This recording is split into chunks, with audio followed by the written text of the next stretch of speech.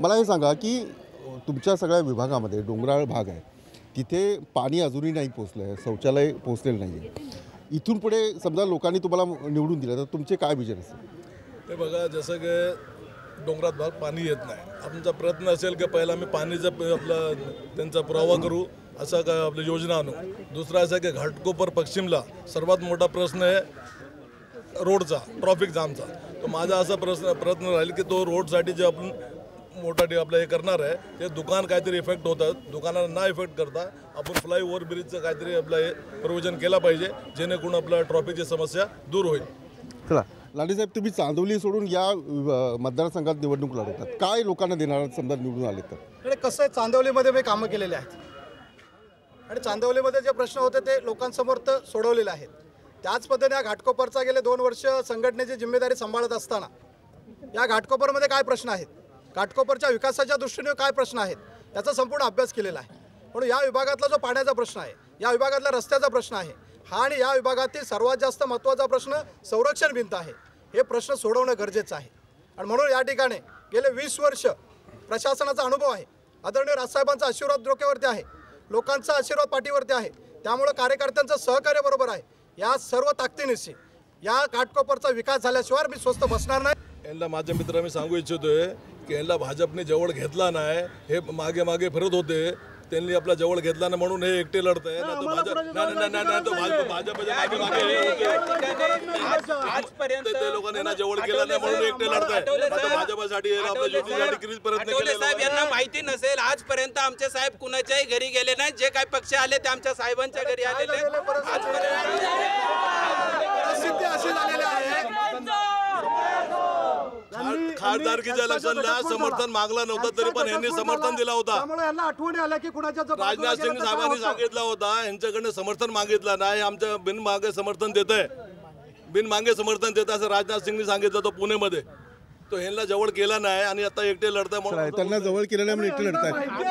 त्यांना माहिती आहे, अरुणभाईच्या पार्टीला माहिती आहे की राजसाहेब विकास करू शकतात, म्हणूनच त्यांनी नाशिकमध्ये आम्हाला मतदान केलं, आम्हाला सपोर्ट केला. आणि म्हणून या ठिकाणी तुम्ही नाशिकमध्ये यांना पाठिंबा का दिला सांगा? बोलू नये पुढे, अनेक गोष्टी आहेत आमच्या समोर. जनतेचे आपला समजा सेव आपलं हे समर्थन नाही दिलं असता, परत इलेक्शन लागली असती म्हणून तो समर्थन दिलंय, काहीतरी आपला विकास करण्यासाठी दिलं. एक संधी दिली, त्यांना एक संधी दिली. 2.5 वर्ष काय विकास केला नाही अजूनपर्यंत. 2.5 वर्ष त्यांचा विकास काही झालेला नाही. नाशिकची जनता बोलताय विकास काय झालेला नाही. ठीक आहे, पण तुमचा एक महत्त्वाचा मुद्दा आहे की सर्व पक्ष वेगवेगळी निवडणूक लढतात, स्वबळावर निवडणूक लढतात. महाराष्ट्राच्या इतिहासात हे खूप वर्षांनी पहिल्यांदा होत आहे.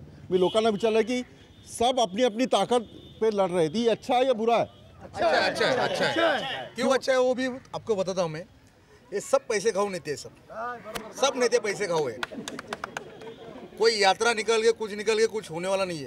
इधर संडास करने के लिए जगह नहीं है, यहाँ पे संडास करने के लिए जगह नहीं है, कुछ नहीं, यहाँ पे रोड नहीं है, कुछ नहीं, यहाँ पे पानी भी नहीं है. अच्छा ये बताओ, ये नरेंद्र मोदी ने कल एक भाषण किया कि स्वच्छता रखनी चाहिए, इसका असर पड़ेगा?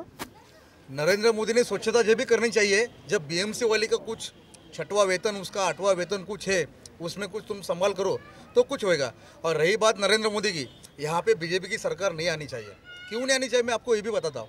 बीजेपी की सरकार यहाँ पे आएगी ना तो पूरा महाराष्ट्र हो ना वो गुजरात लेके जाएगा.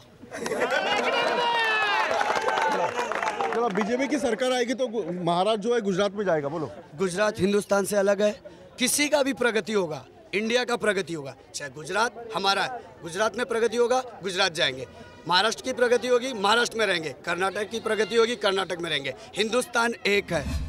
मला हे सांगा, मोदींना तुम्ही पाठिंबा दिला होता लोकसभेमध्ये, शिवसेनेचा असा आरोप आहे की आता शिवछत्रपतींचं नाव घ्यायला त्यांना लाज वाटते भाजपला. नाही, पण हे मला वाटतं शिवसेनेला लवकर कळालंय.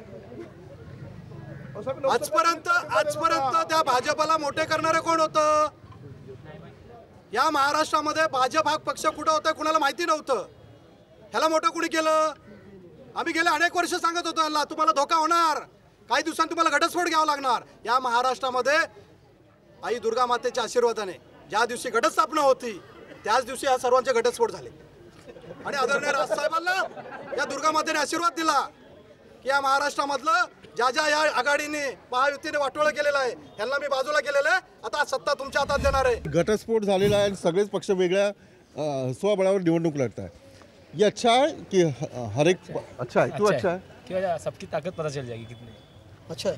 अच्छा है. इससे क्या होगा? इससे क्या होगा? इससे काम अच्छा होएगा, अपने बल पे लड़ा जाएगा तो काम अच्छा होगा.